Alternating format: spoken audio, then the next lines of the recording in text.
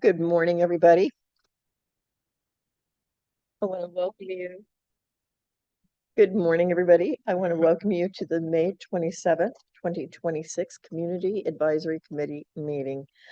I'd like to call the meeting to order. I am Judy Pizzo, your chair of the CAC, and to my left is our liaison, Marianne Horn, and of course, our vice chair, Jeanette. I can never pronounce your name. Frivola. Frivola. Someday I'm going to get that right. And I would like to ask Mr. Mueller. Mr. Mueller, RJ. It's going to be one of those days, folks. Hang on. I'm going to ask RJ to please lead us in the Pledge of Allegiance. If you would please sign. Pledge allegiance to the flag of the United States of America and to the republic for which it stands, one nation, indivisible, with liberty and justice for all. Thank you, RJ.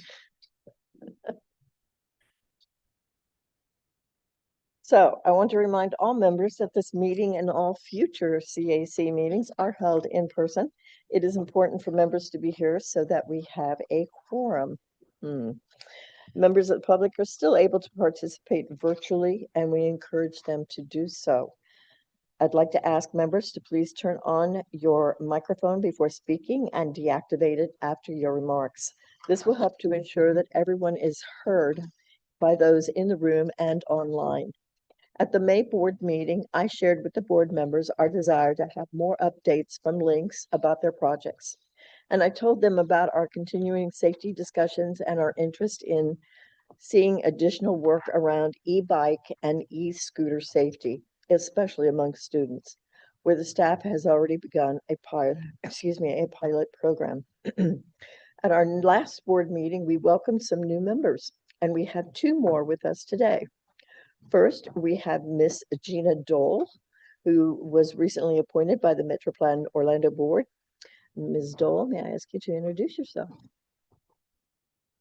Yes, hi, I'm Gina Dole, and I've lived in Orlando since fall of 1988. I'm actually from Florida, born in Miami, lived in Tallahassee, moved from Tallahassee here.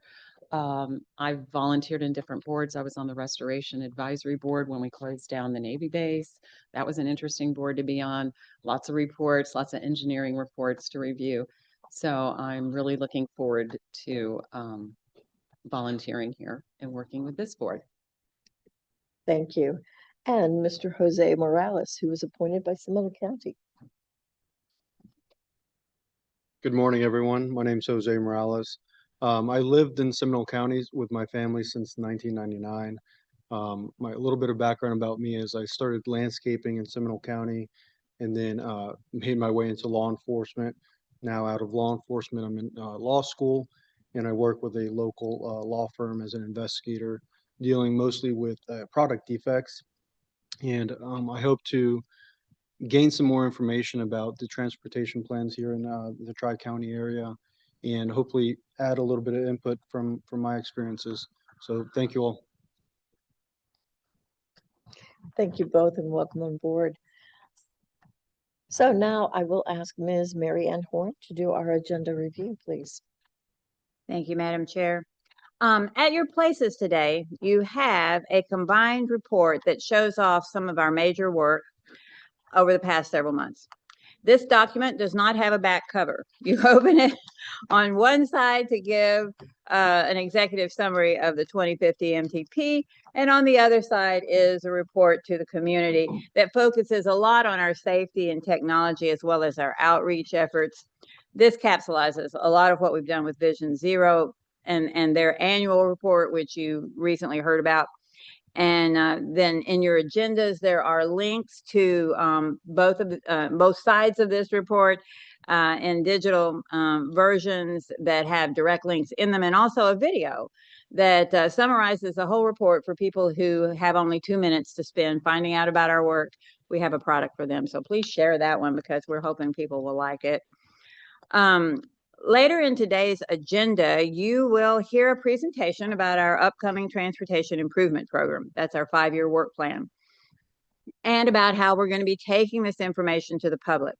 This year, we have planned 3 in-person pop-up meetings, one for each county, that will help explain the program and what it means to these communities. And we're kicking that effort off on June 2nd. You see on the slide, you see the times and locations of the 3 pop-up meetings. I hope you will help us get the word out to folks that they can stop by. It's an open house style thing. You're not going to have to sit and listen to a long presentation. You can come in and ask the questions you want to ask. Our staff will be there ready to help you.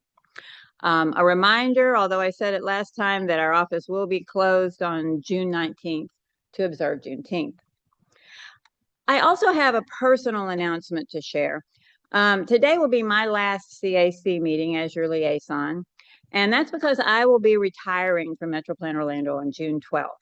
This is a decision that has been in the works for a few months, but now it's time to say goodbye. I have been at Metro Plan Orlando since 2012. It has been my privilege to be your staff liaison for the past 7 years. And I believe wholeheartedly in the work of this committee, representing the public in our process. Your questions, your views, your connections are something that we need in the transportation planning process.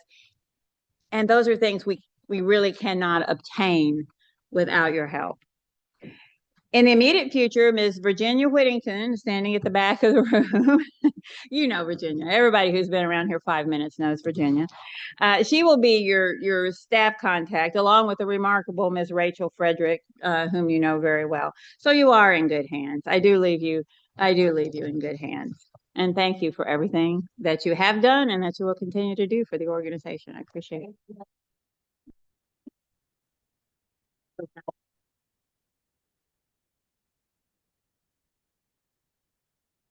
Appreciate it.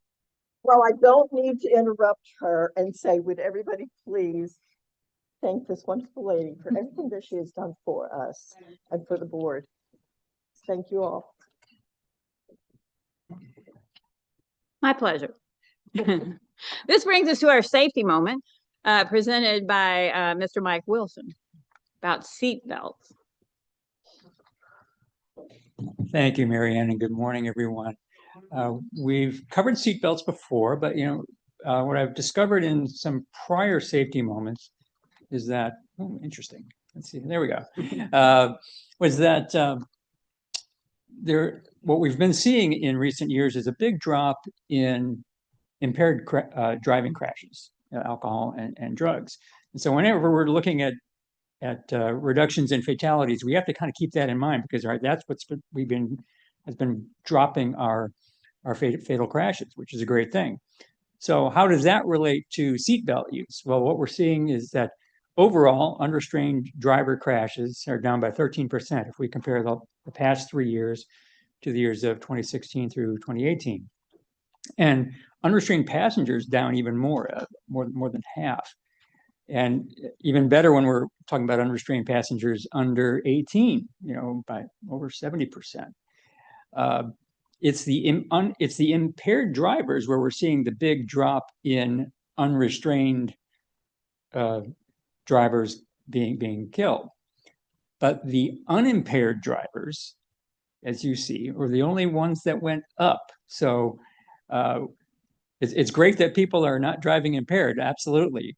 But there's still a need for those of us who are driving sober to remember to make that quick little movement to click that seatbelt, because the laws of physics are unforgiving, right? So that's for all of us and for law enforcement. Just let people know in the community that seatbelt is still a necessity. So buckle yourself up so that you don't have to be buckled onto one of these later. And that concludes my safety moment. I'd be happy to take any questions. Well, seeing no questions, thank you, Mike. As usual, very informative. And our Florida Department of Transportation report will be presented by Mr. John Spar.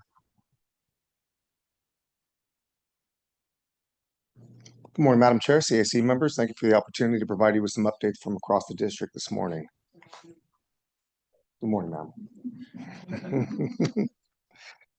So last month I did tell you that we are going to be holding our third annual safety summit, and that did take place on May 8th. I just wanted to point out a couple of the winners from that ceremony and inform you that Metro Plan Orlando received our outreach awards for all of their safety efforts that they've been doing. So a little round of applause for them. And also the individual award went to Bob Delari of Seminole. He's our Seminole County Commissioner that is also on the Metro Plan Orlando board and previous chair. So just wanted to let you know some of the folks around here that are being acknowledged for their safety efforts. All right, so May marks Youth Traffic Safety Month, a reminder that young people experience our transportation systems in many ways, whether it's walking to school, riding bikes, traveling with others, or getting behind the wheel for the first time.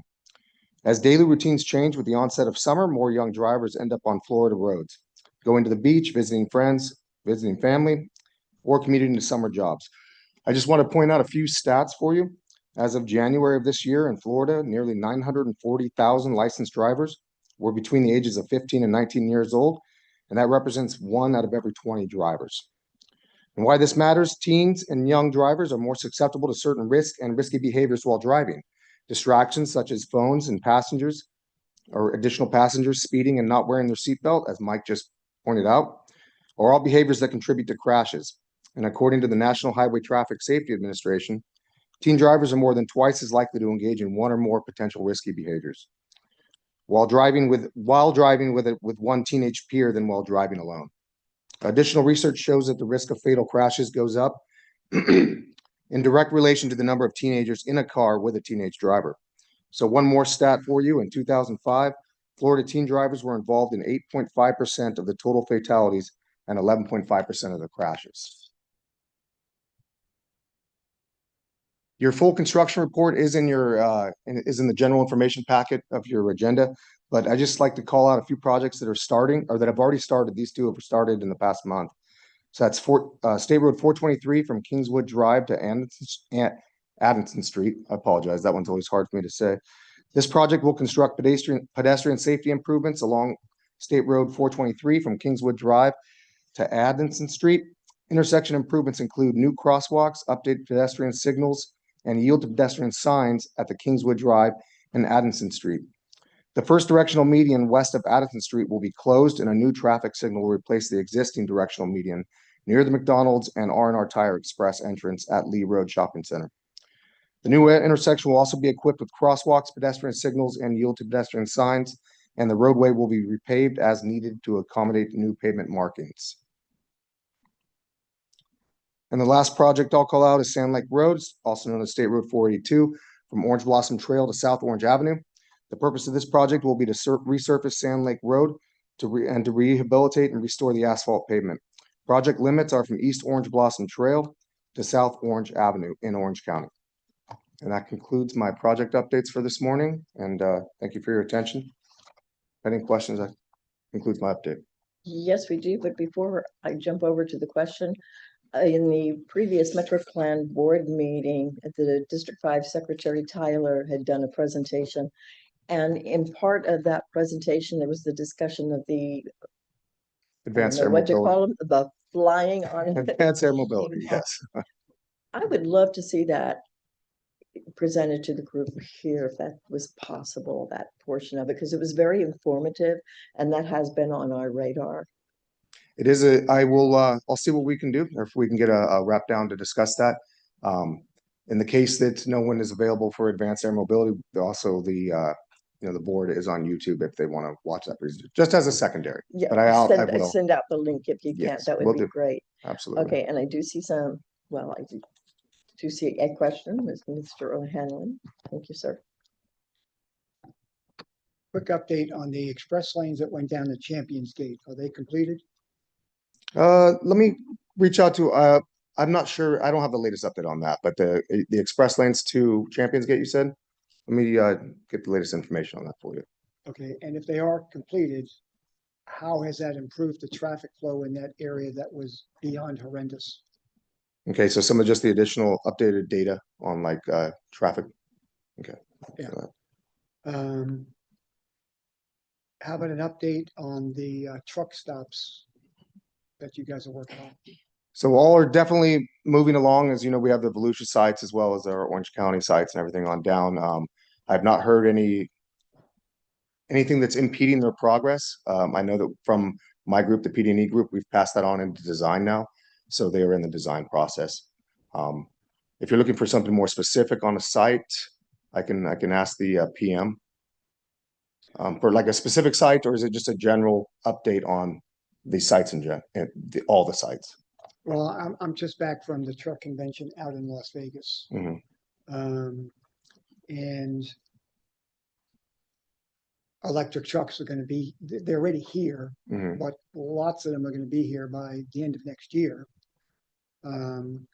And I know Tesla has just put a product on the market, $40,000 for 225 kilowatt chargers for trucks. Mhm. Their pricing is, I don't know, 1/5 everybody else's pricing. So we really need to look into this because those trucks are gonna be here. Mhm. And I will grant you, those are really somebody looking just to top up because they're not the megawatt chargers that somebody would, fill up their batteries with. But some people may need those, and for such an insignificant amount of money, we should really look into putting some in. I know that we've talked on this in the past and that during the planning, they did have the conduit, but they hadn't gotten into design yet. So I'll reach out to design and I don't know where they were at and the mega chargers or what type of charger they're putting in, but it is something because you remind me every time I talk to you. It's something that I do stay on top of, and I'll see if there's anything new on that realm Yeah, with the actual in design. it costs a lot less to put it in up front than rip it all apart and put it in later. Thank you. Yes, sir. Mr. Caesar, you have a question? I do. Jonathan, thank you for your presentation. I do have a question. So I noticed, it was a couple weeks ago, they're doing some improvements on the 408. It was westbound. When you enter John Young going downtown, on the right after the on-ramp.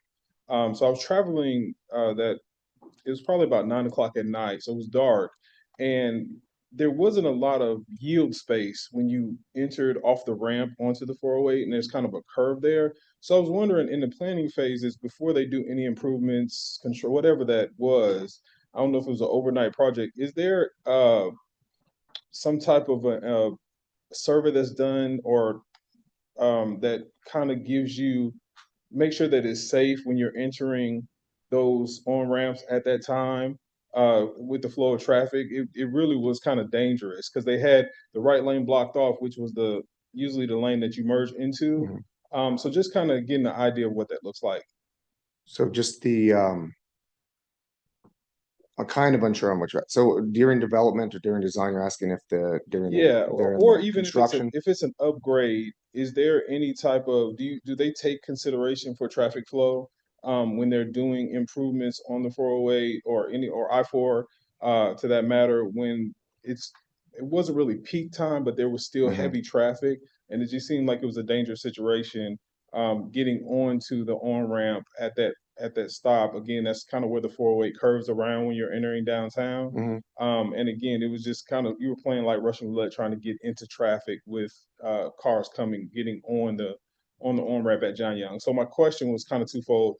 One, do they take consideration for oncoming traffic? Is there like a study that's done? It just didn't seem like it was safe, and there wasn't enough space to, safely get on the 408 Mhm. at that juncture. And it didn't Yeah. look like this was a construction project. This was maybe an overnight, I don't know, safety enhancement or something like that. It was like an overnight job, but it just didn't feel like it was safe getting on ramp. Okay. Well, I know that, all that is calculated in the planning process, but we did, last month, we were talking about work zone awareness, safety, because it is changing conditions whenever construction's being done. But I think to kind of get to what you're asking, I'll talk with our community outreach specialist down in ops and see if they've had any similar complaints regarding that, and if they have anything to provide. I'll include it in my report back Thank you. to the committee. Seeing no other questions, thank you, Mr. Scarf. Thank you all. Now I would like to ask Ms. Rachel Frederick to do the roll. Thank you, Madam Chair. If I can please ask members to turn on your microphone just before responding, respond with here or present, and then mute your microphone. Caesar, Present. Campbell, Present. Coleman, Here. Daniels Brown, Present. Dole, Present. Frivola, Present. Jones, Present. Morales, Present. Mott, Present. Mueller, Present. O'Hanlon, Present. Phillips, Here. Pigram, Present. Piso, Present. Rump, Salas, Stack, Present. Webster, Present. West, Present. White. Present. Thank you, Madam Chair. That concludes the roll call. We do have a quorum. Thank you, Ms. Frederick. Thank you all for being here today. We will now hear public comments on the action items. We ask that you provide your name, address for the record, and please hold your comments to 2 minutes or less. If any member of the public wishes to comment and is joining us virtually, please use your raise hand function and you will be recognized. If you are joining us using your phone only, please dial *9 on your phone keypad to be recognized. Do we have anyone joining us virtually who would like to make a comment? We have no hands raised online. Thank you. Do we have any members of the public attending in person who wish to make a public comment? No comments received. Thank you, Ms. Frederick. At this time, we will move to the action items. We have one item to consider. Additional information is available in your full agenda. This action item will be the approval of the minutes from the April 22nd, 2026 CAC meeting. Are there any questions or corrections to the minutes? Seeing none, can members please remember to use your microphone and state their name when making a motion for a second? Is there a motion for approval? Jeffrey Campbell, motion to approve. Is there a second? Teresa Mott, Madam Chair, approved. Second. Thank you. We have a Okay, motion sure. and a second. Is there any discussion? Hearing, seeing none. Are there any opposed? Hearing and seeing none, we will now move forward on to the presentations. There are 3 today. Remember, if you don't get a chance to ask a question, you can always send those questions, well, to Ms. Horn's replacement. I'm here until June 12th.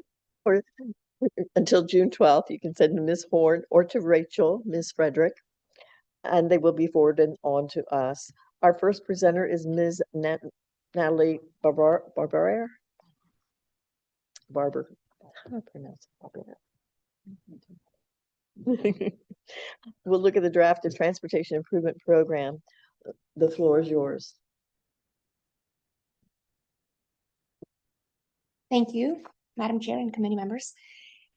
Today, I will talk to you about the Transportation Improvement Program that is updated every year. It's a federally required program, and it includes all projects in our region, and it's divided into different sections. So what is TIP? It's updated annually. It sets the schedule for improvements to the region's transportation system for the next 5 years, and it assigns available funding to the projects. It includes all sorts of funding from federal, state, and Florida Turnpike Enterprise projects to locally funded and CFX projects, and they're there for informational purposes only. The TIP this year for the years 27 to 31 was updated for consistency with the 2050 MTP. So that's something new for those who are involved in the process before. And how does the TIP fit into our core projects? First, when the projects are collected from our partners, they make it to the MTP, and that's a 25-year plan. Then the projects are rated and ranked by the priorities, and the prioritized project list is formed, and you will hear about it in a little bit. And the projects that get the funding make it to the 5-year plan, which is the TIP, which I am discussing right now. So when you are browsing the document, here are the sections that you can use to learn about the transportation projects in your region. First, and it starts with introduction and overview.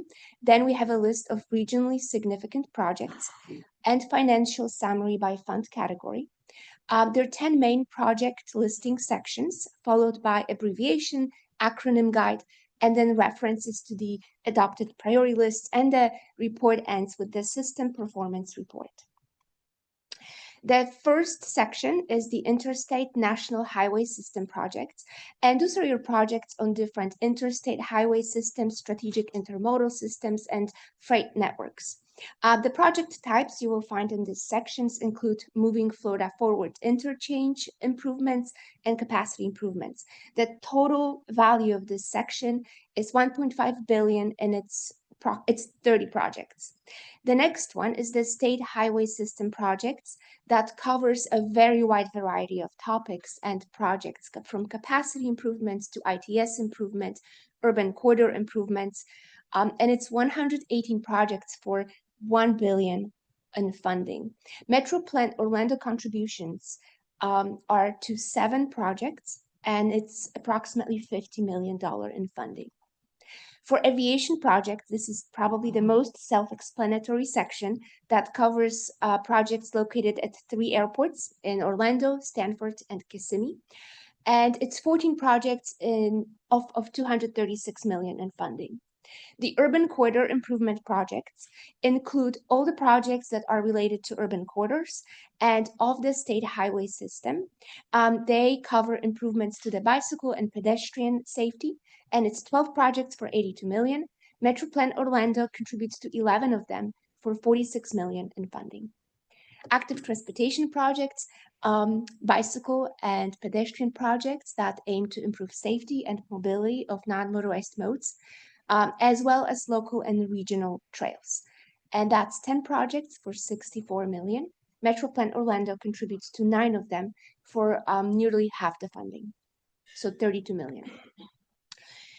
And the next section you'll find in the tip is your TISMO project, so Transportation Systems Management and Operations. And these types of projects that are in the section include implementing innovative strategies, corridor management, incident management. And there are 13 projects, and Metro Plan Orlando contributes to all 13 of them. The total value of projects in this section is 51 million, and Metro Plan contribution is 23 million. Regional transit projects, these include transit-related improvements, commuter rail, transit operations and maintenance. A total of 26 projects in this section for 604 million. Metro Plan Orlando contributes to 2 of them for 44 million in funding, and these are for transit capital improvements, so these do not include transit operations. Toll road, and this section is just there for informational purposes because these projects are funded by the Florida Turnpike Enterprise and CFX. Currently, we only published the FTE projects because the CFX 5-year work plan is not yet included. So currently there are 38 projects for nearly 900 million. And mostly these projects include interchange improvements, capacity, and maintenance improvements. Partner-funded projects, again, section included for informational purposes. We collected these projects from our partner agencies, and it's 119 projects, and it's a very wide variety of types of projects, from TISMO projects to capacity improvements to bike ped projects. And that value is nearly 1 billion in funding. So this is the funding summary. And for this is 230 projects, and this is just federal and state funded projects. That does not include the toll projects or the partner funded projects. The total funding is over 3 billion for federal and state. With the other sections, it's over 5 billion. Metro Plan contributes to several projects, as I mentioned in my prior slides. The total number of projects is 35 for 145 million. And this is broken down into active transportation, TISMO, transit capital, and urban corridor improvements. And these values for both slides, I need to mention, they're in millions of dollars. So how to make a comment? I am presenting to you today. There's no action yet for this presentation. It's a preview. So we're asking the members of the public to make a comment. And there are a few ways to do it. First, you can visit our website, which I encourage you to view the tip. We've worked really hard to assemble all these projects for you. Then you can use opportunities for public comments during these meetings, as well as the board meeting in July. And we also will be hosting, thank you for the shout out in the beginning, the Tip Tuesdays that will kick off on June 2nd. And we will travel to each county. And it's also placed, the information is placed on our calendar and the website, so you can easily find us. So what are the next steps with the tip? The draft will be reviewed by our agency partners, and we are requesting the comments to come in by June 5th.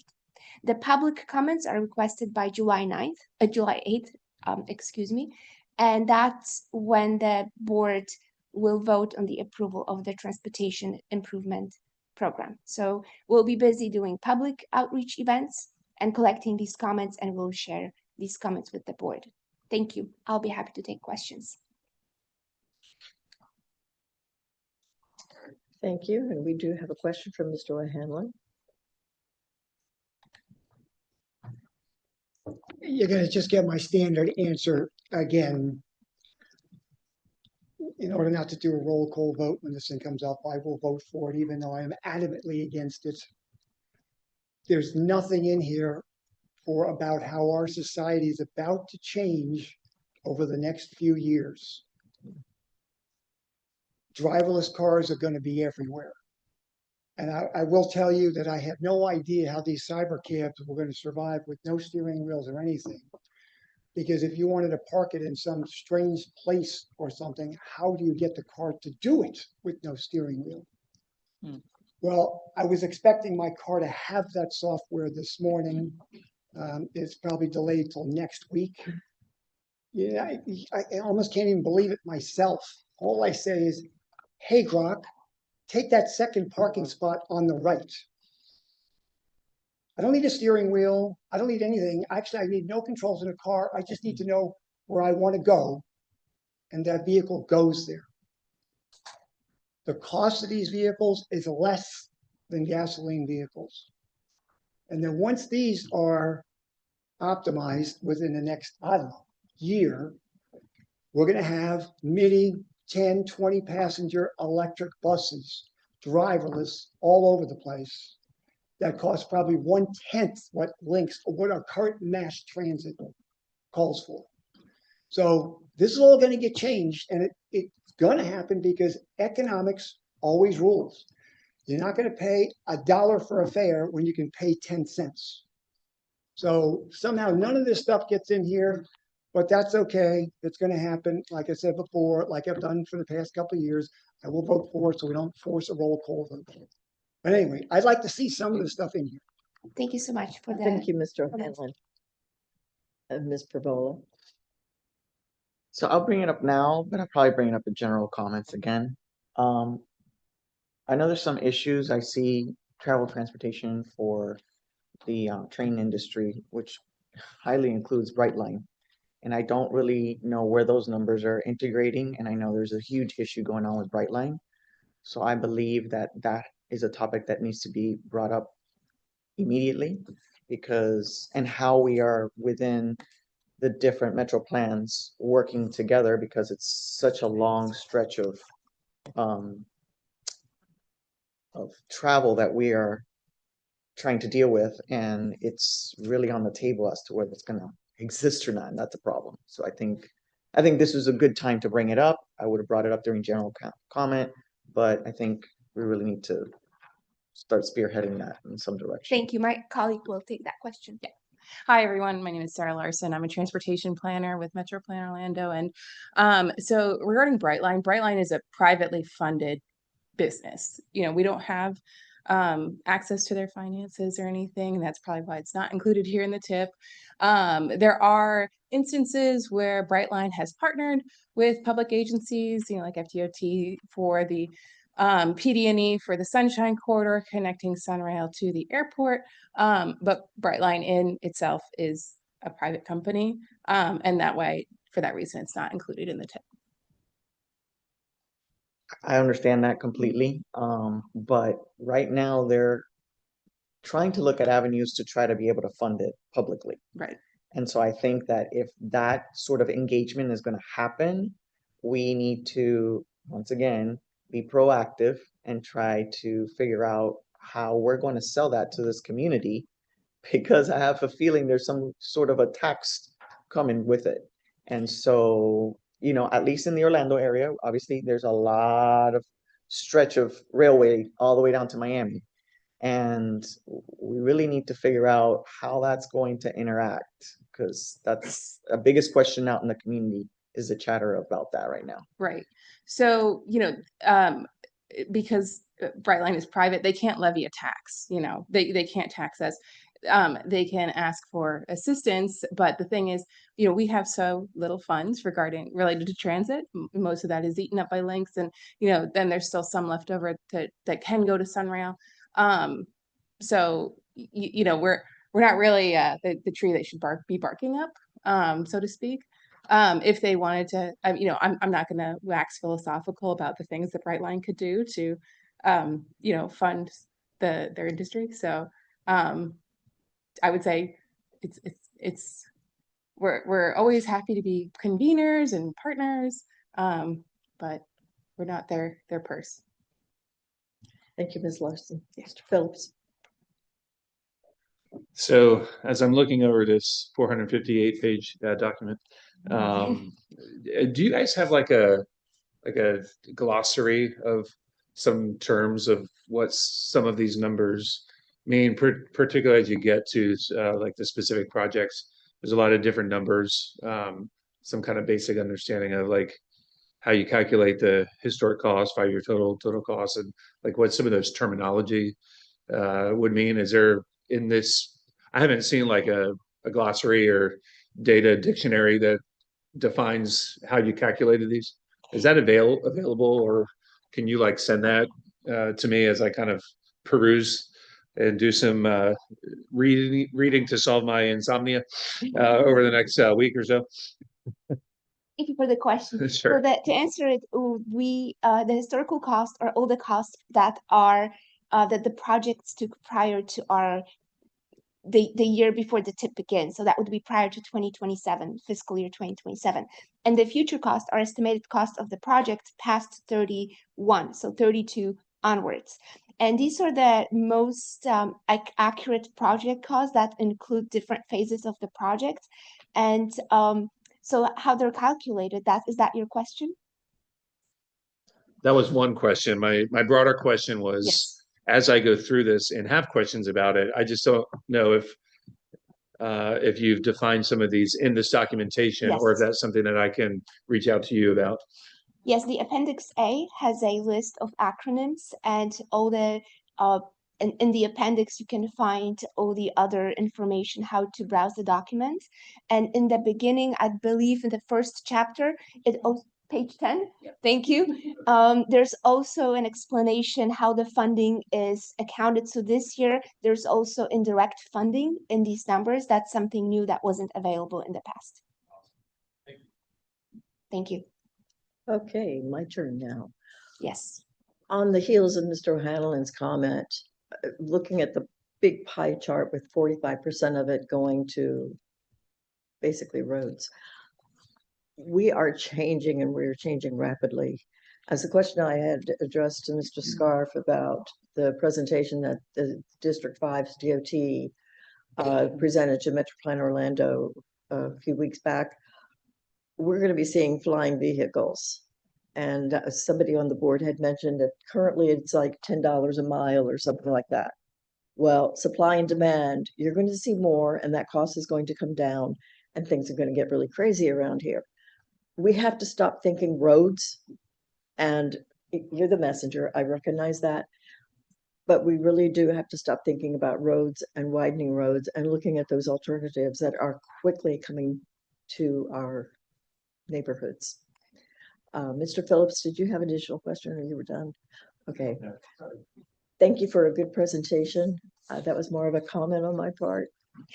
If I may answer, in 2050 MTP, there are already projects that they do not have the funding, but there is a vertical takeoff and landing project there. So we are attuned to these changes, and I hope more is coming in the future. Thank you. Thank you. Very good presentation.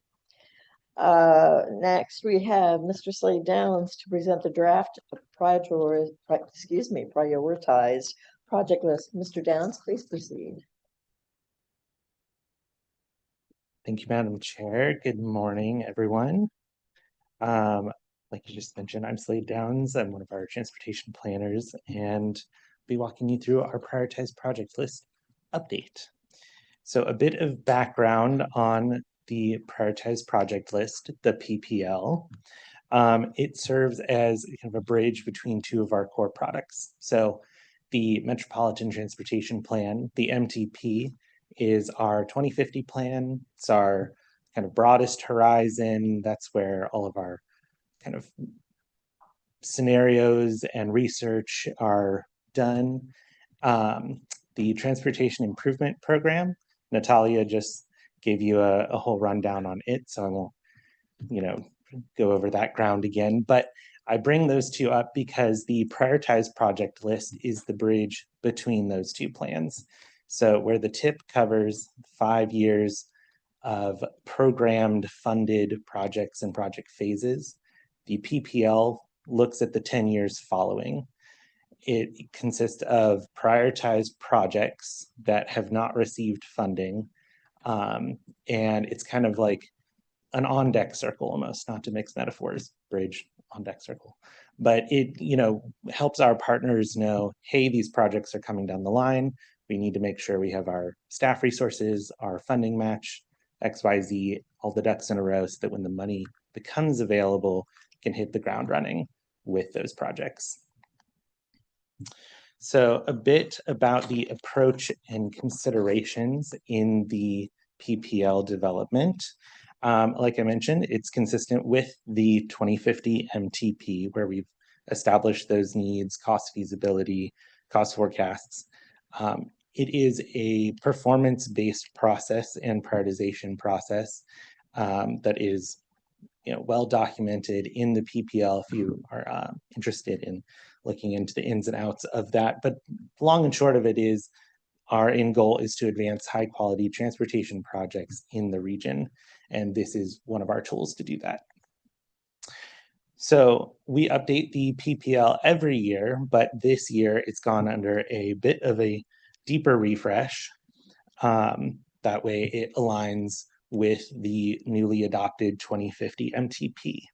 So there's a bit of a new appearance, some new table organization, but we're hoping that it makes it a bit more of an approachable document to yourselves, the public, and our municipal partners. But the bottom line is that the projects in the tables, the actual content, should look familiar still. It's the same projects you would have seen in the 2050 MTP we adopted back in December. So I'm going to take a second to just walk you through that table structure, show you how to go about it.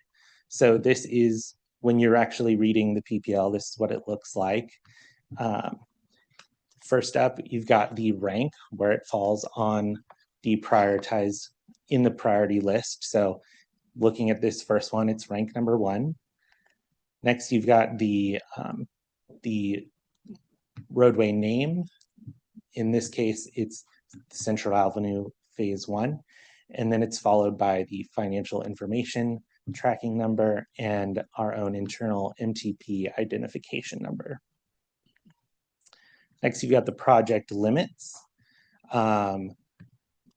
This project would be from Dankin Avenue at Church Street to West Dunedin Avenue in Kissimmee. And it says Kissimmee there in parentheses because that is the responsible agency. When the shovels start turning and concrete gets poured, it will be the city of Kissimmee heading up that project. Next, we've got our project description.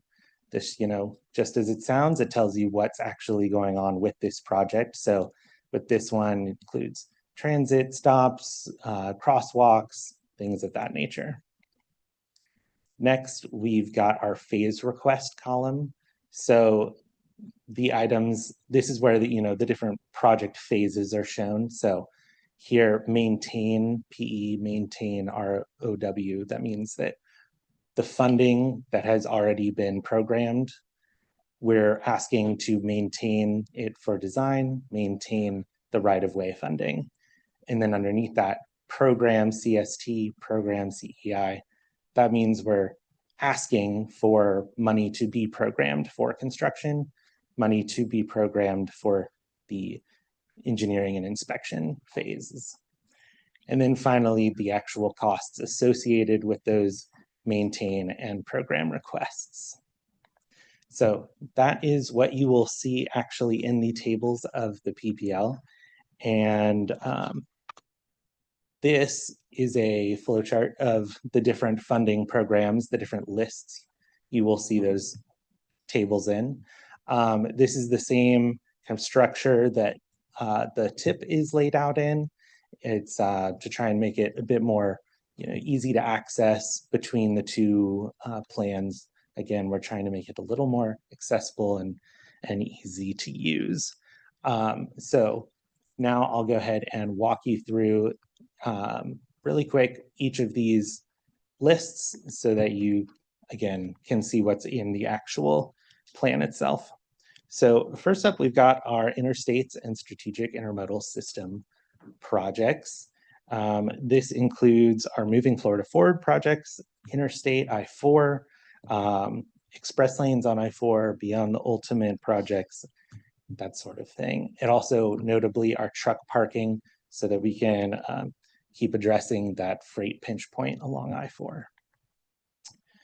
Next up, we have our state roads and state highway systems projects. As long as it is not a toll road, any project on a state road or US route may be on this list. Most municipalities in the region have a state road or a US route as kind of the backbone of their transportation network. So we definitely like to emphasize these projects. They can run the gambit of safety improvements, capacity improvements, urban corridor design, bike ped, TISMO, lots of different things. Next up, we have our Transportation Regional Incentive Program, TRIP, and off-system construction assistance projects. TRIP is supplemental funding from the state and federal government. It's intended to supplement funds for regionally significant projects. So projects that have real key role in the region's transportation network across any kind of modal type. So a couple of examples of those types of regionally significant projects like the Pine Hills Trail Extension, down in Osceola, the John Young Parkway, Pleasant Hill Road intersection improvements. And then up in Seminole, we've got the Church Avenue urban corridor improvements. So those are the type of projects you'll see on that list. And next up, we have our off-system safety priority projects. This and the next couple of lists I'll talk about are funded with urban area funds, meaning that they're at the discretion of the protocols and policies approved directly by the Metro Plan Orlando Board. So this project list includes a range of safety solutions like intersection redesigns, crosswalk signals, lighting, transit islands. This all is a direct result of our Vision Zero efforts to bring deaths and serious injuries down to zero. Our municipal partners submitted projects in their cities and towns, and those projects were evaluated by a technical advisory committee working group. They used a blend of data-driven metrics as well as locally informed information to come up with these priorities. Next, we've got our urban corridor improvements and context-based design projects. This is another category of project funds using those urban area funds I mentioned. These projects are off the state highway system on our county and city roads. They include design improvements to make roads safer and more enjoyable for cyclists, pedestrians, and transit users. A couple examples of what you might see in these type of projects: crosswalk facilities, transit stops, bike lanes, basically anything but widening our capacity projects. Pedestrian and bicycle infrastructure projects, active transportation, that's what we've got up next. Again, this is another one of those categories that is funded with the urban area funds. This includes multi-use paths near roadways, regional trails that connect neighborhoods around the metro areas, and projects to fill in gaps in our sidewalk network. And active transportation also includes a boxed fund, which I'll tell you about right now. The School Mobility Program and Hazardous Walking Conditions Program are a box fund under the active transportation category, like I just said. That means that this is a dedicated set of funding that is for this specific program or project type, excuse me. So rather than active transportations at large, this bucket of money is set aside for projects that can address sidewalk and safety issues near schools. It works to supplement the Safe Routes to School program, which is a FDOT grant to, again, build those sidewalks near schools. And this supplemental money works to cover any cost overages as, you know, prices increase, inflation, those sorts of things. Next up, we have TSMO, our Transportation Systems Management and Operations Projects. TSMO is basically transportation technology, technological improvements that include traffic signal timing systems, connected vehicle systems, and more. This is another one of those project categories that includes, or that is funded with urban area funds. And those projects include, you know, traffic demand management, things that can help alleviate congestion on our road network by helping the network respond and adapt to incidents, and also informing drivers of how they can, you know, seek alternative routes. And lastly, we have our regional transit projects. We have just a couple of highlights on this one: Sunrail Phase 3, the Sunshine Corridor program. That's Sunrail to the airport. We also have our Lynx Southern Operations Base. We're looking to open a Southern Operations Base in Osceola County, as well as operations and capital expenses for both of the transit agencies. So now that I've gotten you through the different lists that you'll see in the PPL, I'll tell you what's next. So just like Natalia said, we're asking for your input. If you have any thoughts, any questions about what is in the PPL, please send me an email. Go to our website. You can download the document directly. It's also, there's a link to that directly in your agenda packets. We're actively soliciting those comments from our local partners, the public, and all of you, of course. And we ask that you get that feedback back to us by June 5th so that we have time to incorporate the feedback into the document before our next committee cycle. I'll be back again in June with the next draft for adoption, and then we'll be asking the board for adoption on July 8th. And that concludes my presentation. Be happy to take any questions. Thanks. Well, thank you, Mr. Downs, and you do have questions. Ms. Rumpf, you can go first. Thank you. A lot of information. So my question is concerning the Pine Hills Trail. Mm-hmm. Do you have any update on the Pine Hills Trail? I noticed there's two areas of Pine Hills that's being connected to the trail, from Belco going north to Beggs Rose, and then from Hawassi going east down Clark-Corner Road, north to Beggs Road. Yes. So you have any update of completion data? How? I don't have the actual like information on the progress of that project specifically. I do I do know that those projects are listed in either the TIP or PPL, so I know that they are progressing. But I can get back to you about the specific project updates. Thank you very much. Mr. O'Hanlon. Thank you, Madam Chairman. You opened up with a statement about high quality transportation is one of the objectives of this plan. I don't see any high quality in this plan at all. I am ready for somebody here to start planning for all of our beyond inexpensive, driverless, electric, I'll call them minibuses, 10 to 20 passenger buses that can do all of the routes we've got right now with 5 or 10 times the number of buses. So you're not waiting 20 minutes, you're waiting 2 minutes. And with all of the savings, you can put phenomenal little bus terminal things so people don't get wet in the rain. Okay?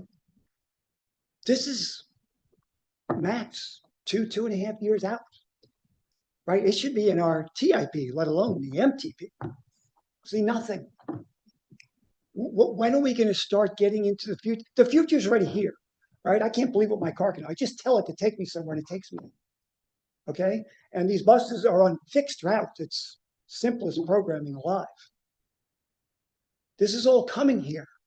I told you all along, I come to this meeting and I will grant you, I'm under NDAs, non-disclosure agreements, there's a lot of stuff I'm not allowed to say, okay?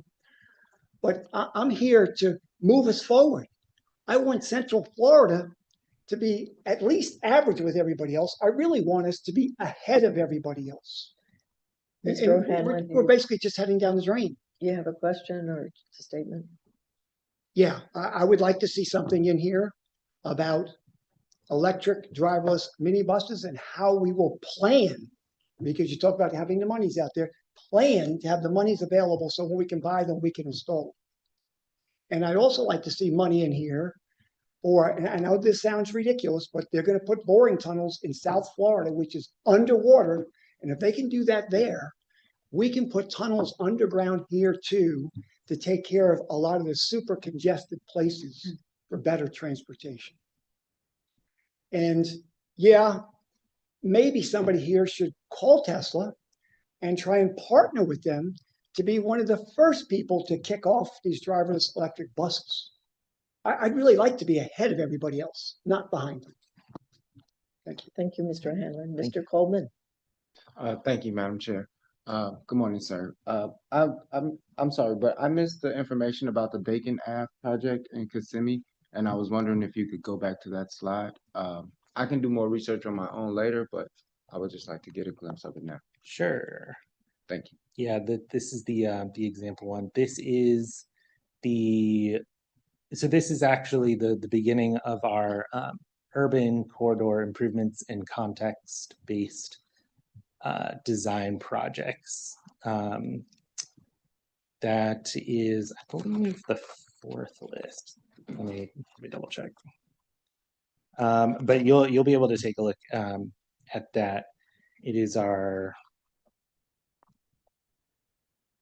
6th list in the document, if you want to see where that falls kind of in the actual plan. It's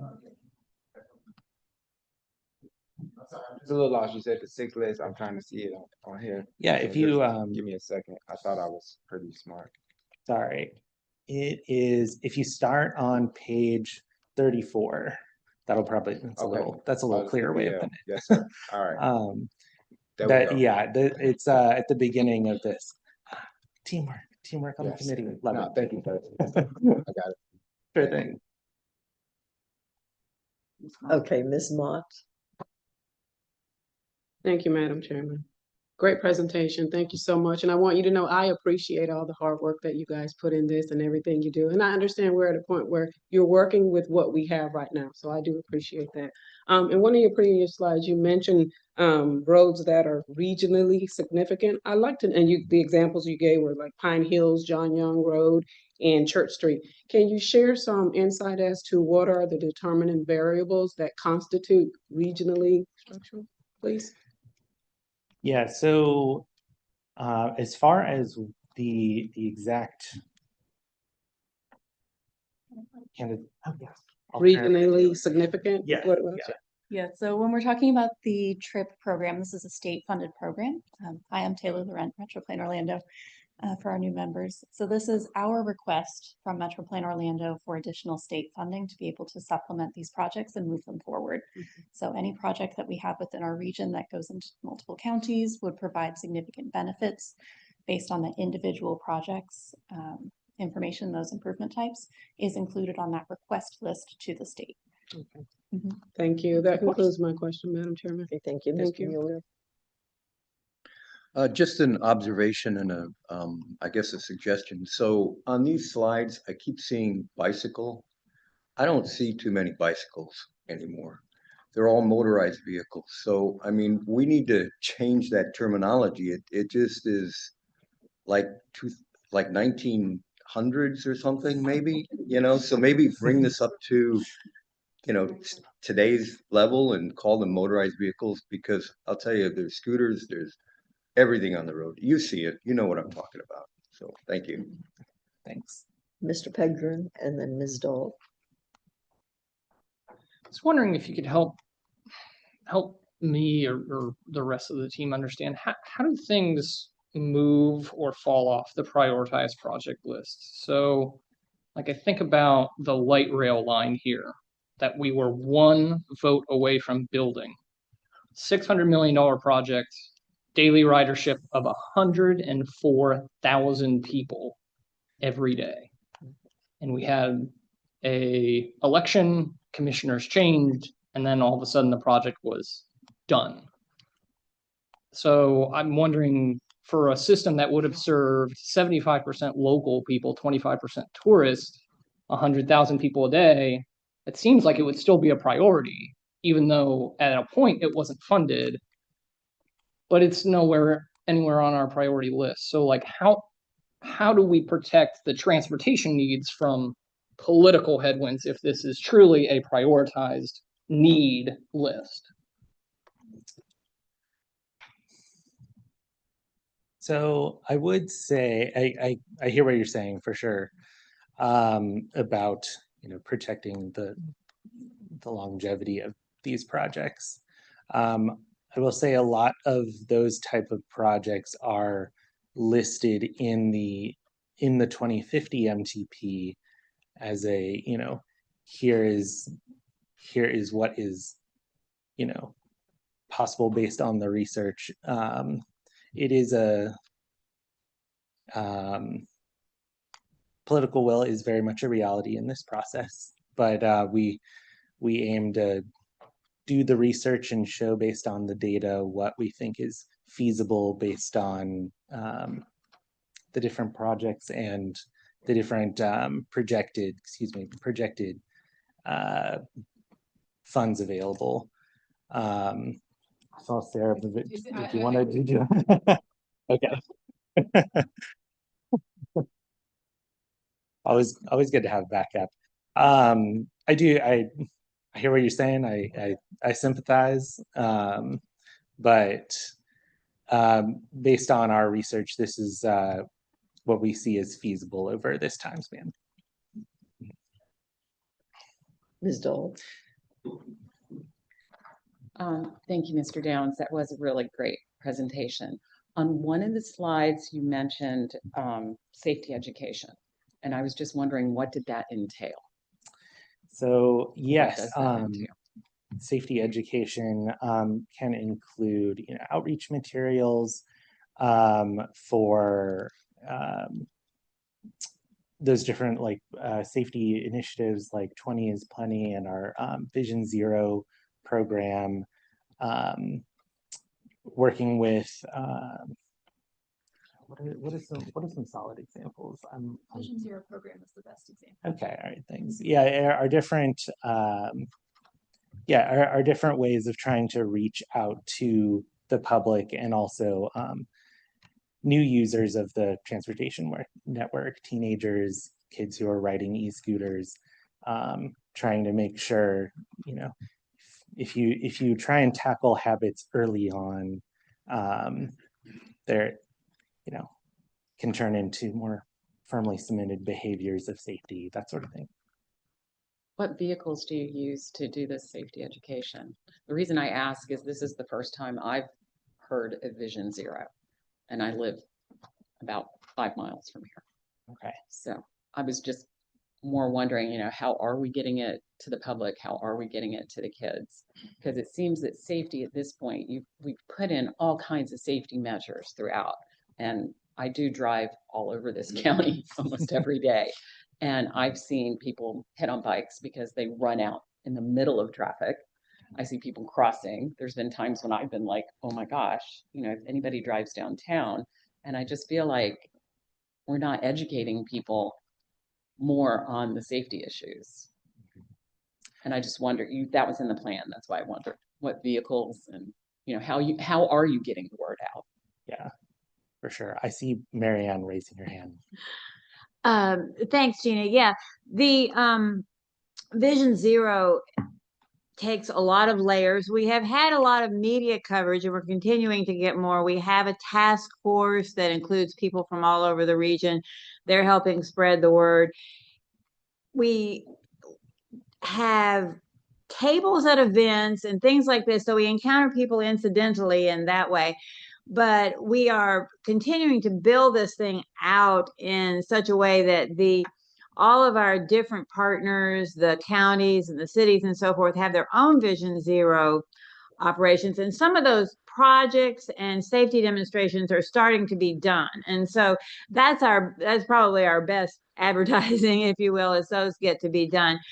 This initiative, we really believe in it, and I think we've come to see that it's not the kind of thing that grows so much by a huge public safety announcement type campaign, but it grows person to person, community to community. It's an idea that needs to be seen and felt, you know, and we talked a little bit about it before this meeting, but it's, you know, the idea that people don't have to die on the roads is a huge turnaround for folks, and they need to start seeing some of these results.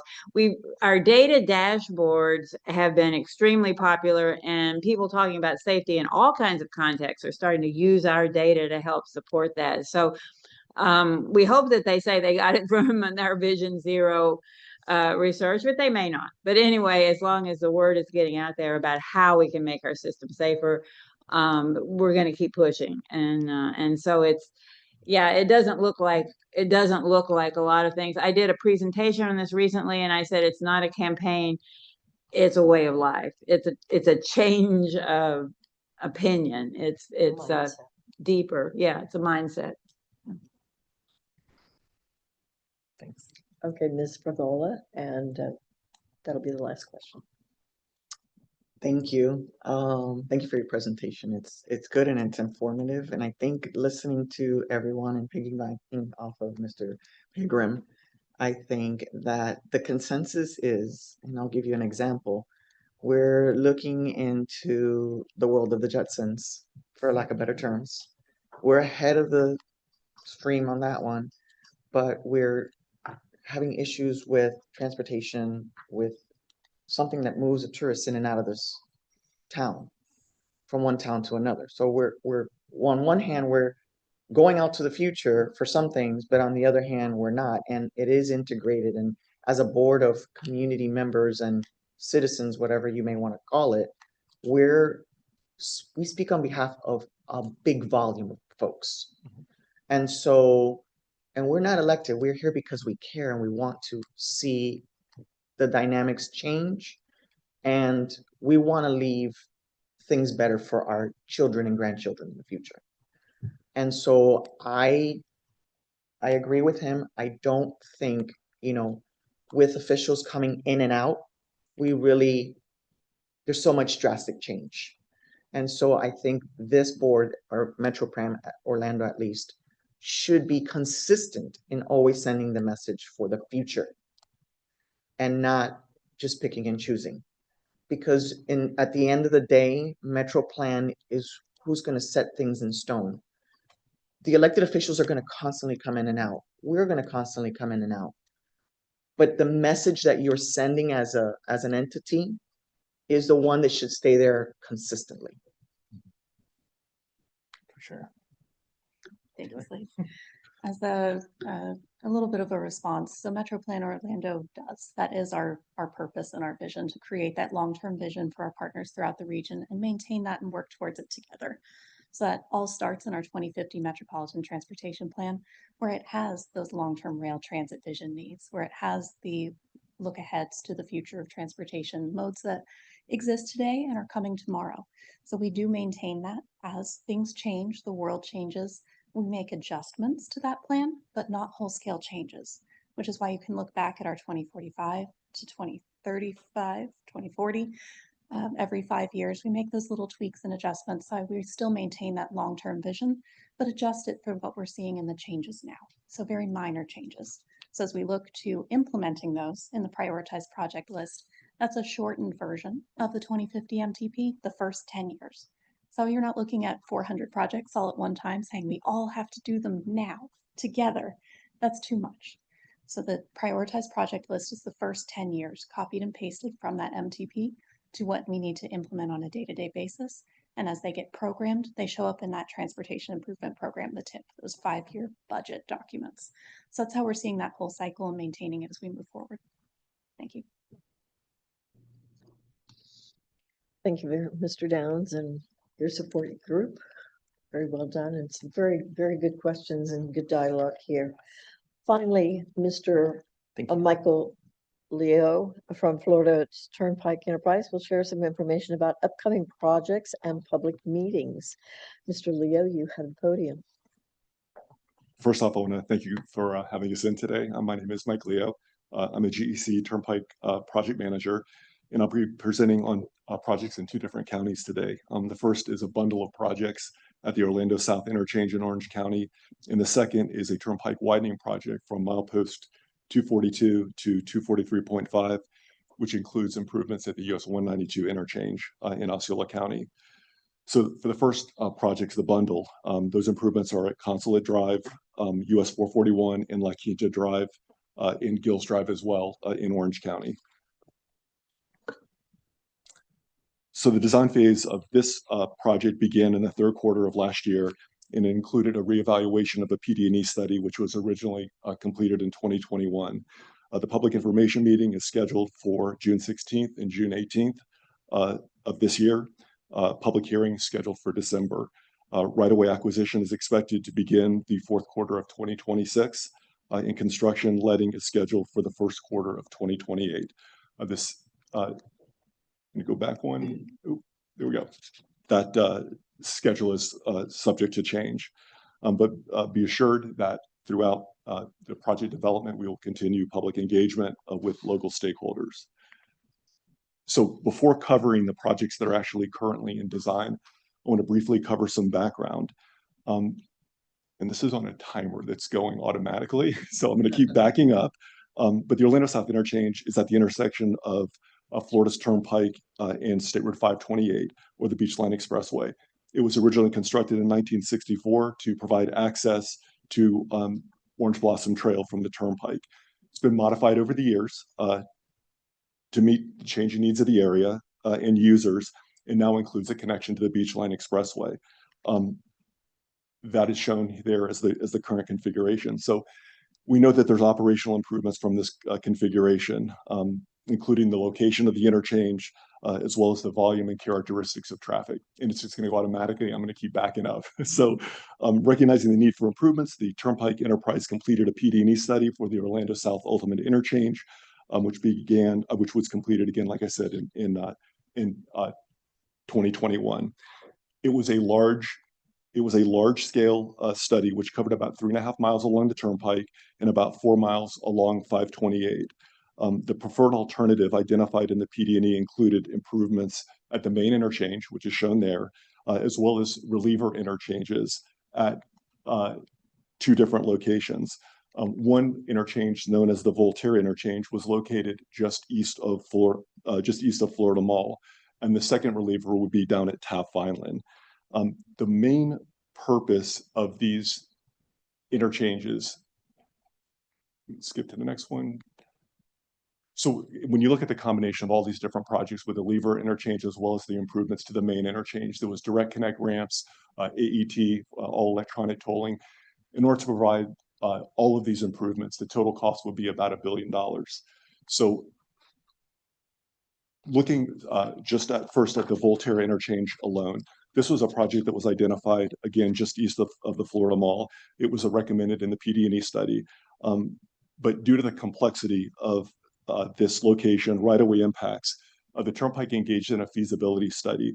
The goal of this study was to identify alternatives that could address the current congestion that we're having in this area, but could be done so with fewer impacts and at a lower cost, so the Turnpike can provide relief in the near term. The main purpose of that Voltaire interchange was the elimination of the 2 ramps that are shown here, that are connecting to Land Street Road and reducing congestion along Land Street, as well as its intersection with Orange Blossom Trail, while also providing for operational improvements along Land Street Road, as well as the remaining ramps. So to achieve this, the Turnpike recommended an interchange located just west of that Voltaire interchange, which I showed in the previous slide, which would maintain the same functionality, allow for closure of those Land Street Road ramps, but could deliver a congestion relief in the near term. So the solution consists of a new Beachline eastbound on-ramp from Gills and a new Beachline westbound off-ramp to La Quinta. The proposed improvements along La Quinta have the potential to provide some relief to the statewide shortage of available tractor-trailer parking. So the PD&E study, which is currently underway, is considering locating truck parking in an out parcel owned by Florida Mall. And ingress and egress, as shown here, would be via that roundabout. So now that I've outlined the background from both the original PD&E as well as the PD&E reevaluation, I'll move on to describe the projects that are currently in design. Acknowledging that these 2 projects are just 2 of many that are coming that incrementally will provide a relief to this area. The first project will construct only the westbound portion of that interchange south of Florida Mall, which is shown here. Specific improvements along La Quinta include that new westbound off-ramp onto La Quinta Drive, new roundabout on La Quinta Drive, milling and resurfacing of La Quinta Drive to provide an additional westbound lane, proposed lighting at the roundabout, as well as the ramp, and intersection upgrades at La Quinta Drive and 441. This is a cross-section of La Quinta Drive, showing how we would be providing an additional westbound lane. There's currently 1 eastbound, 1 westbound now. With the new interchange, there would be an additional westbound lane. So the second project in this bundle that's currently in design includes interim improvements at the main Orlando South interchange, which again, we recognize are the first step in what are many improvements to come. So the interim improvements will help increase safety and relieve traffic congestion along Consulate near Florida's Turnpike exit. These include 2 dedicated left-hand turn lanes and 2 through lanes on the Florida Turnpike southbound exit ramp onto Consulate Drive, adding a third, and it's going to go automatic, so I'm going to back up, adding a third left turn lane on Consulate Drive, as well as extending a right turn lane onto Orange Blossom Trail, or a right turn lane along Orange Blossom Trail. So traffic analysis was performed to confirm operational improvements resulting from these projects.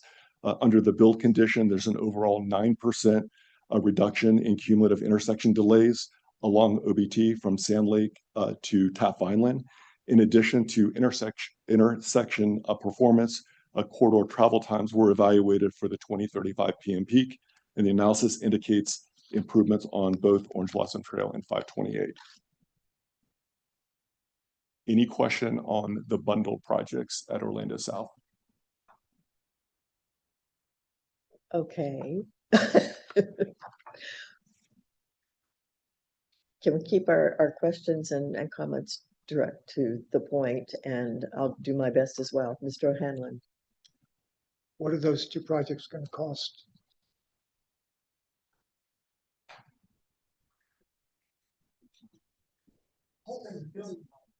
Those are we're gonna go under 100 million, and I don't have that number. But absolutely go back to the office and we have it. I can provide it to you.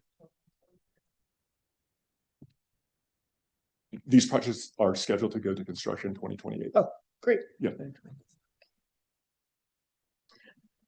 I'm sorry, Ms. Mueller. Ms. Brown. No problem. Thank you. Good presentation. I'm glad to see there's some type of improvement going along that OBT in that area. I don't live in that area, but sometimes my work requires me to go to that area, and it is awful.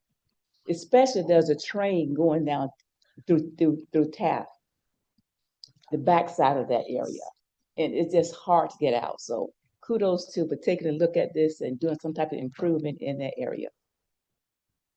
Thank you. Ms. Frivola. Great presentation. Great presentation. Thank you for coming and joining us. But I'm confused. Okay. And somebody who navigates the roads a lot, pretty much her whole entire life. So can you go back to one of the screens? I'll tell you which one. Before that one. That one right there. Go back. Forward one. Yep. That one right there. Okay. So are you using the existing lane that was part of the old toll? That is correct. Okay, because I saw that coming out of Bill Isle the other day, and I was like, right. So right they're now getting ready to do something here. Those toll lanes are coned off. So Okay, there's no I'm only going little by little because my mind works that way, and I think problem. people need a visual. And as you were going through, it would have been great to have a pointer because it would actually be more for the public to know, okay, this is what's happening rather than, okay, I gotta, focus.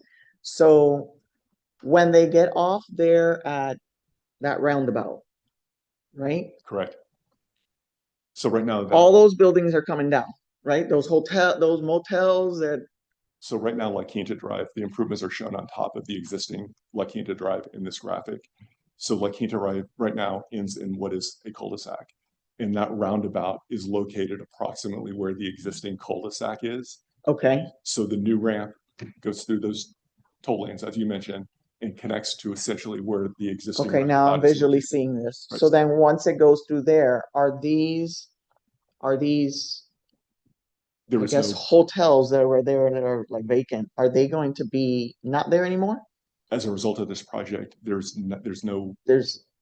minimal right-of-way impact associated. So there's no eminent domain on that portion of the. Correct. The only right-of-way is owned by. It's already owned. Okay. No, it's owned by Florida Mall. And it's by Florida Mall. Okay, so you're using that portion of. I now see what you're doing. You just can't physically see it because it's overgrown. And as you're driving, it's higher, the road's higher than what it is. So that's why I'm trying to visually see where you're coming through. And then it's going to take you back onto OBT. Correct. Okay.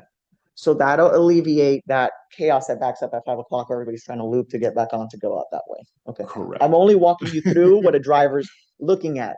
And I think it's easier for that way to give it back to the public. So, and then on the other one, where you're getting off a Consulate, so that's the opposite side, right? So this maybe is go back. Getting off on the turnpike. Yeah. So when you're getting off on the turnpike and you're heading north.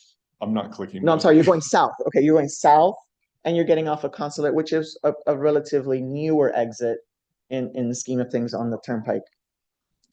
And so you're asked, what's the purple line? Is that adding? Purple lines are shown where widening is occurring so that we can provide additional capacity at that intersection. Okay, so how many lanes to exit off a Consulate will there be? Because I know it backs up there too, and that's a hot mess because of all of the warehouses coming in. Yeah, I think it is. It's an addition of 2 lanes. Is that correct? For the ramp, for the ramp itself. Yes, but the intersection of State Road 91 and the consulate exit is not being improved by this project. Correct. So come again, I mean, So, go ahead. Hi, outside of this project that he's discussing today, Right. the intersection or the interchange at Correct. to Consulate on State Road 91 on the Turnpike southbound is not being improved by this point. What we will be providing here is, in one way to put it, is more storage. What's happening now is the traffic is stopping at that signal and backing all the way up to Correct. the main line. This will provide 2 extra lanes to store the traffic. Correct. While the system runs the cycle, the intersection. So that will not be permanent. Is that what you're saying, or? Oh, permanent. This is permanent, but when you look at the overall, the one that he had shown It would earlier, reduce the amount of track, because really it's tractor trailer is what you get It's there backing during up. certain times of the day. Yes. Yep. And in the overall Orlando South interchange, the part that these are stage constructing, Okay. the long-term project of that had a direct connect that headed southbound from Turnpike to Beach Line. Okay. So it would be an elevated bridge that would happen. That's long-term, and as he had mentioned, the funding is being procured. Worked through. Okay. Yes. Okay. All right, perfect. Thank you very much for the update. Okay, seeing no other questions, it's my turn. Go back to your roundabout screen.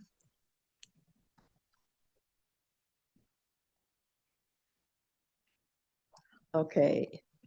You have that existing off-ramp and it's going into a roundabout? So the part that, if you look at the number 1 and the number 4 in this, that does not exist right now. Okay.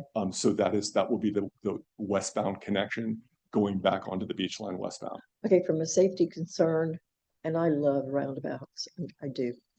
Probably one of the few people that loves roundabouts.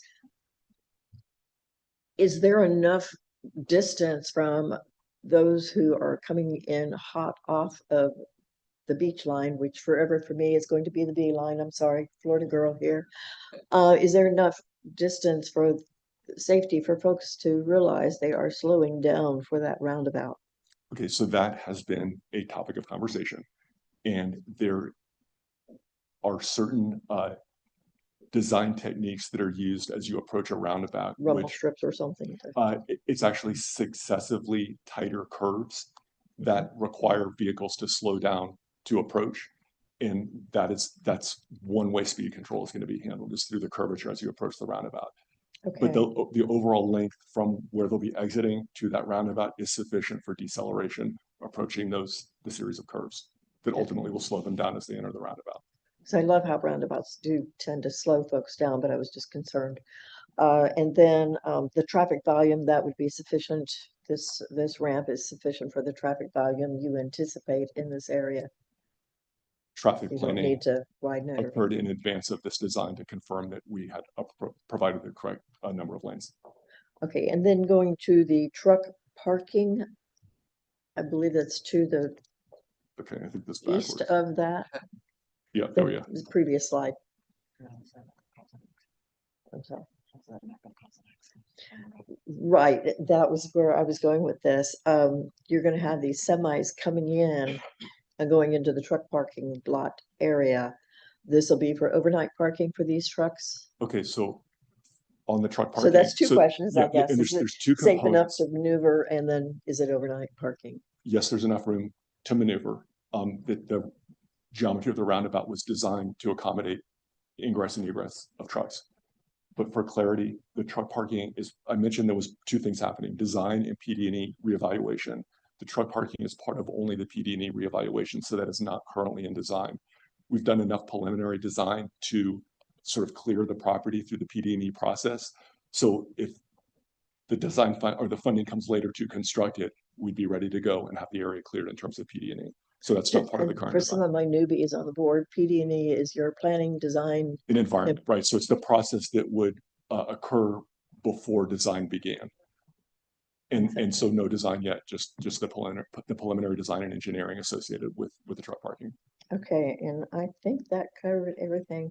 I want to thank you. It was a very good, very informative presentation. I know it's 11 o'clock. I do have the second project on the widening. Do I keep going on that one? Yes. Okay. Well, thank you. If we have further questions, we can send them to you guys, right? Absolutely. Okay, Yes. thank you. Okay, so the second project is for the widening of the Turnpike Main Line from US 192 to Parton Settlement in Osceola County. And this is from milepost 242 to 243.5. This slide highlights the key milestones of the project. A public information meeting scheduled for June 9th and June 11th with right-of-way acquisition to follow. A design is scheduled to be completed the third quarter of 2027, and construction is planned on this project for the first quarter of 2028. So the proposed widening of the Turnpike Main Line is located between Neptune Road and Parton Settlement in Osceola County. As I mentioned, that's milepost 242 to 243.5, shown here in green. In addition to the widening, there are proposed interchange improvements at US 192. This project falls between two adjacent projects, which are currently in construction, which are widening Florida's Turnpike. The project to the north widens from Parton Settlement to Osceola Parkway. That's shown in kind of the purple color. And the project to the south includes the Clay Whaley Road interchange improvements, the new Nolte Road interchange, and widening from milepost 239 to 242. That's what's shown in blue. This slide illustrates the proposed improvements with the north arrow oriented to the right. The project will add 2 new lanes in each direction of the Turnpike Main Line, expanding from 4 lanes to 8 lanes. The existing bridge over US 192 is going to be replaced to accommodate additional lanes and to optimize the main line geometry. That's what's shown there in purple. The Turnpike Main Line interchange at US 192 will be completed with the addition of new northbound and southbound on-ramps and a new southbound off-ramp. In addition, the existing northbound exit ramp will be widened and lanes will be added to increase storage capacity and improve intersection operations. The new northbound and southbound off-ramps will be tolled at the locations that are shown there in yellow. These tolls will feature an all-electronic tolling system. Right-of-way acquisition is required for the proposed ponds and turn lanes, shown in green. Proposed noise barriers are shown in teal and pink. And finally, US 192 will be modified to provide new turn lanes and 2 new signalized intersections associated with the new entrance ramps. The timing of these 3 signals will be coordinated to maximize operational efficiency through the interchange. This is just a zoom in view of those improvements to get a better look since the last one was so zoomed out. And that is all I had on this one. Is there any questions on this project? I think we're gonna go easy on you on this one. So now I will. So if we do have questions, we will coordinate with our future liaison or Marianne while she's still here and send them to you. So thank you again. It was very informative.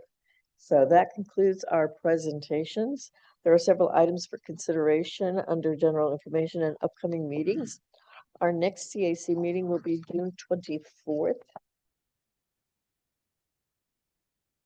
So we are now at the member comments. Are there any committee members who have any final comments? Ms. Frivola. I'll Well, refer okay, to you wanna them go first. All right, Mr. Mueller. Yes, sir. Nothing really, except to wish Mary Ann all the best. I'm glad I was the first up to do that. I'm sure everybody else was going to also. And I also want you to know that retirement doesn't mean you disappear from view. We do have openings on the CAC, so you're welcome to join us. And good luck in. I'll tell all my friends. Where's the love, Marianne? All right, Mr. Campbell. You're absolutely right. I'm sure there's others that want to say something too. Well, I know we will be in good hands with Ms. Frederick and Ms. Whittington, and that's not an Allstate commercial. Otherwise, I would say good neighbor. But a personal thank you. As 2 years as vice chairman and 2 years as chairman, you were the perfect person to be by my side. And I think every person that sat in that chairman's chair would attest to that. And I think I speak for the whole committee when I say thank you for all that you've done, and thanks for being you.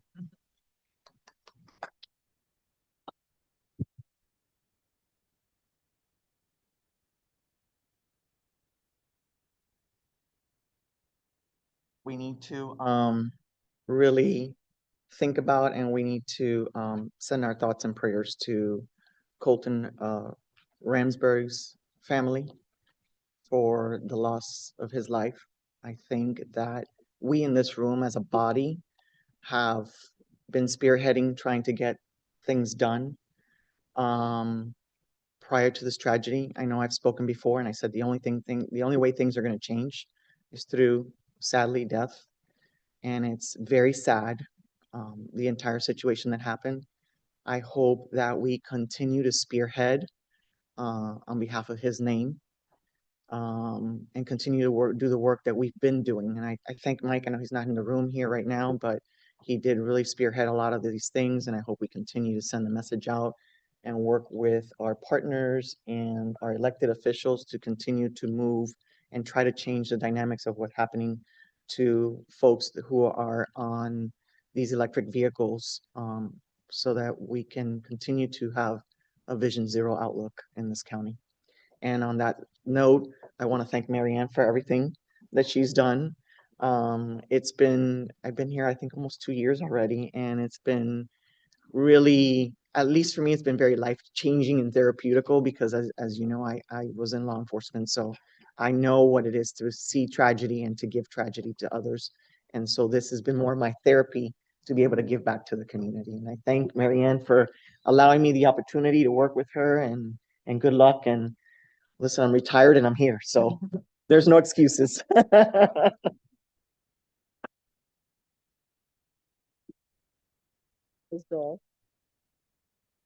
Thank you. First, I want to thank everybody for inviting me to join this fine group of people. It's been absolutely interesting to be here, and I'm very thankful that I am here. And to piggyback on what Janet said, that's why I was asking the questions about education, because I'm not seeing it. And I work with the school system, and I'm not seeing it. And a year and a half ago, a young lady was hit on a scooter a block away from my house on Winter Park Road. And she had darted out. Luckily, she had a helmet on. That's the only thing that saved her. But the poor lady who ended up hitting her, she had just gone over a speed bump. So she was going slow. And unfortunately, we know that children make bad decisions and bad choices, and they think they can outrun people on these scooters. The other day, I was driving to work. It was during school time, and there was a lady who was on a scooter on the sidewalk, and I kept with her with my car in a 25-mile-an-hour zone. She was going 28. We were even. This is blocks away from a school. So this is something near and dear. I did meet with one of our city commissioners in Winter Park. I know they were trying to get things going. The school board has also had a work session on it, but it really has reached a critical mass. Scooters are everywhere. I just recently saw a man hit on a bike on Roslyn because he darted out in between traffic, and the poor man coming around the corner didn't see him. Luckily, not hurt. So that was a good thing. Everybody got up. It was very confusing for a little while. But so what Janet is saying is really, it's very important. And I hope the stakeholders in this room really take it to heart that we do have to, we have to start legislating it. That's the problem. There aren't laws to address it. We need to legislate it. We need to make sure our kids are wearing helmets, because that did save the little girl's life.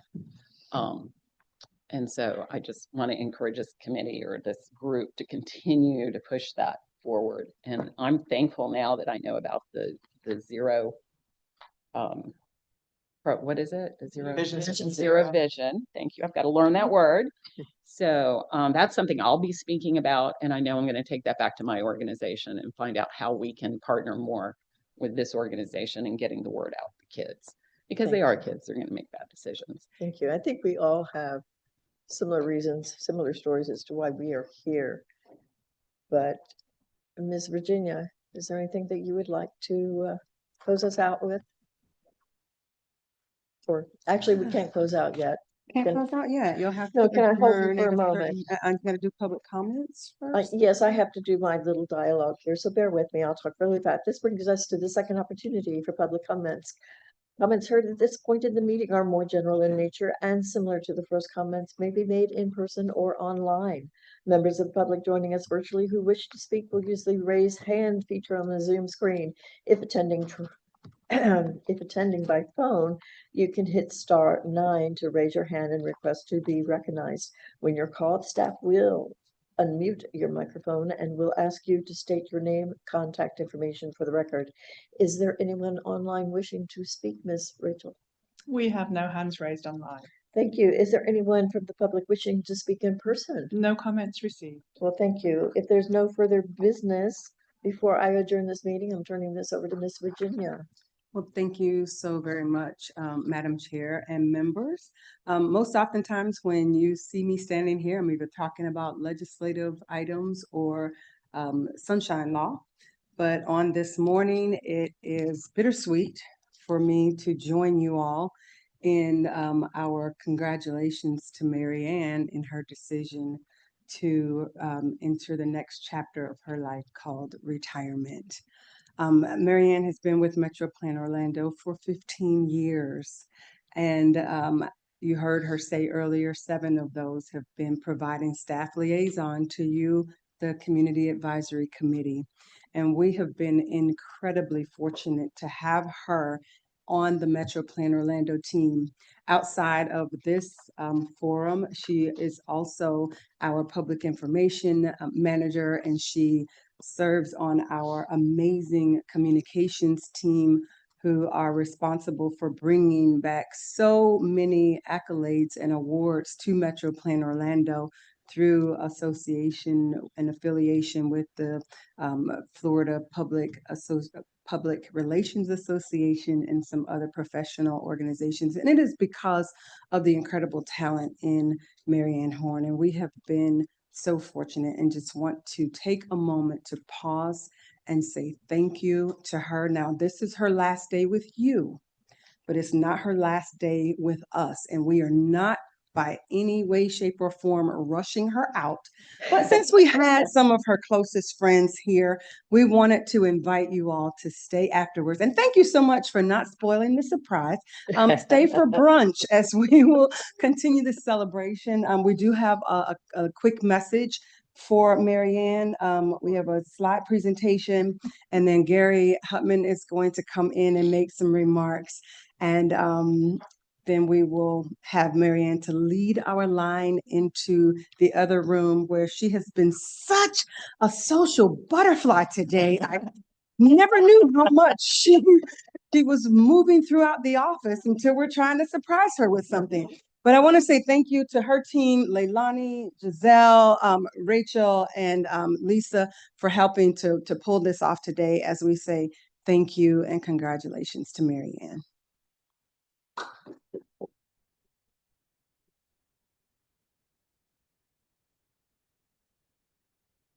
Y'all are sweet. Thank you.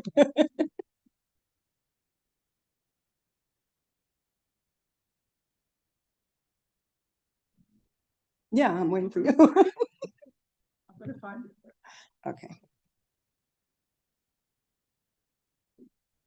And so as she's pulling that up, Mary Ann, not only will CAC be here, but the rest of our colleagues will also be joining us for brunch this morning.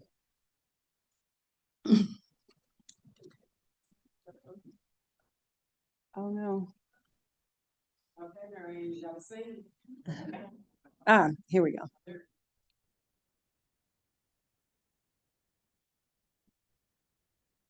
Is it?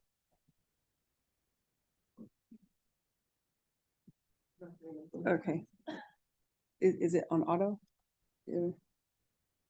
Does she have to?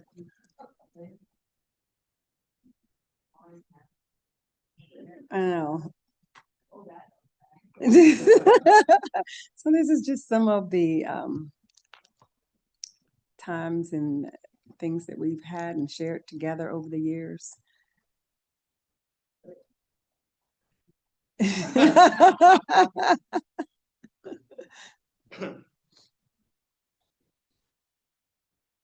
There's those awards I was telling you about.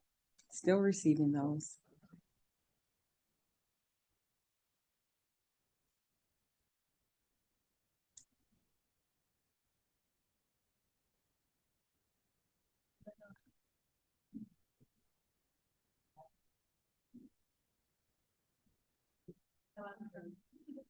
Is there sound?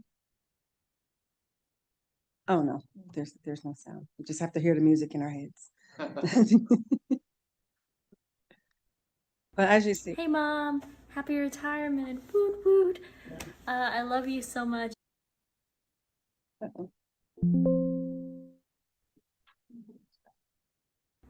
Hey mom, happy retirement. Woot woot.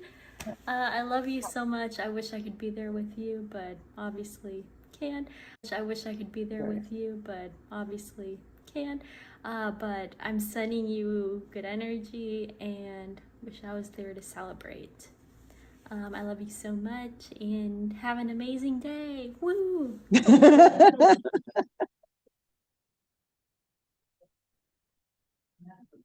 So Marianne, we did sneak behind your back and invite your daughter and your husband, neither of whom were able to come today. But wanted us to let you know that they are here in spirit, and we are just so, again, incredibly fortunate to have been colleagues with you. We will enjoy our last 12 days and grab all of that knowledge that you are leaving with before you leave, and just say thank you. Thank you so much. Thank you.